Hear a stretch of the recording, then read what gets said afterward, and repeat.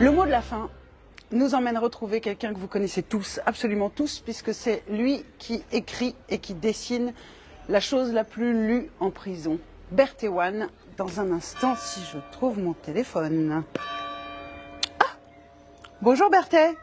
Bonjour. Comment allez-vous?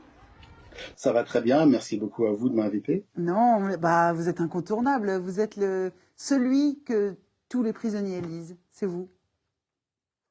Eh ben, merci, c'est un honneur. Vous le savez ça? À ce qui paraît, j'en ai entendu parler. Le dessin, vous l'avez rencontré comment et où alors, il y a longtemps, bien avant la prison, hein, vous l'avez rencontré, vous étiez tout petit d'ailleurs, le dessin. Alors oui, faut dire que moi je suis de la génération Club Dorothée, vous savez. Oui? Et tout petit, donc je regardais le Club Dorothée et je voyais Cabu dessiner, j'avais 12 ans, 10 ans plutôt, et je me disais que plus tard j'aimerais être dessinateur comme lui. C'est quand même un peu par la case prison que vous êtes devenu bédéiste, puisque quand vous avez été condamné à 10 ans de prison, vous avez passé votre bac, vous avez fait des études et vous êtes remis au dessin. C'est là que vous êtes sérieusement mis au dessin, en prison. Tout à fait. Disons que pendant ma période d'incarcération, j'avais du temps et j'ai donc décidé de reprendre mes études, de passer mon temps à bon escient en fait. Et en reprenant mes études, eh bien, j'ai aussi en même temps repris ma passion première qui était le dessin. Est-ce que vous avez la conscience d'être un modèle? Alors moi, ça me fait bizarre d'entendre ça, je ne sais pas, mais j'espère que les personnes détenues peuvent prendre quelque chose. Enfin, s'il y a quelque chose de positif à prendre chez moi, j'espère qu'ils l'attraperont en plein vol. Est-ce que vous vous souvenez d'un livre, d'une BD ou d'un morceau de musique qui est lié à cette période de votre vie? Alors oui, j'ai écouté le Matou Moguette de Passy à l'ancienne.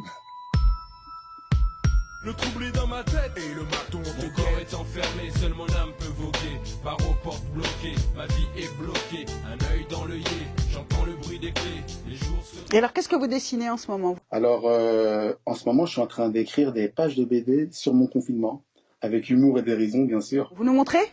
Bougez pas, je vous montre ça.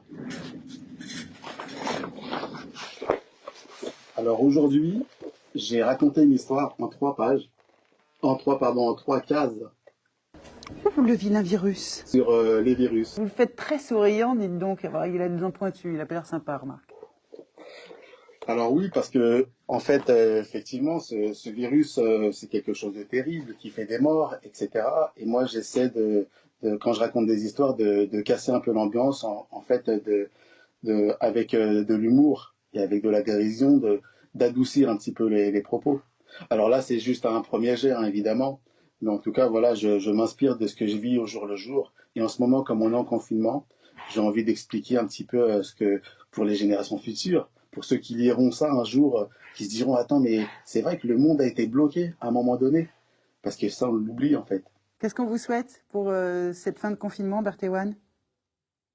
Eh bien, la santé. Oui.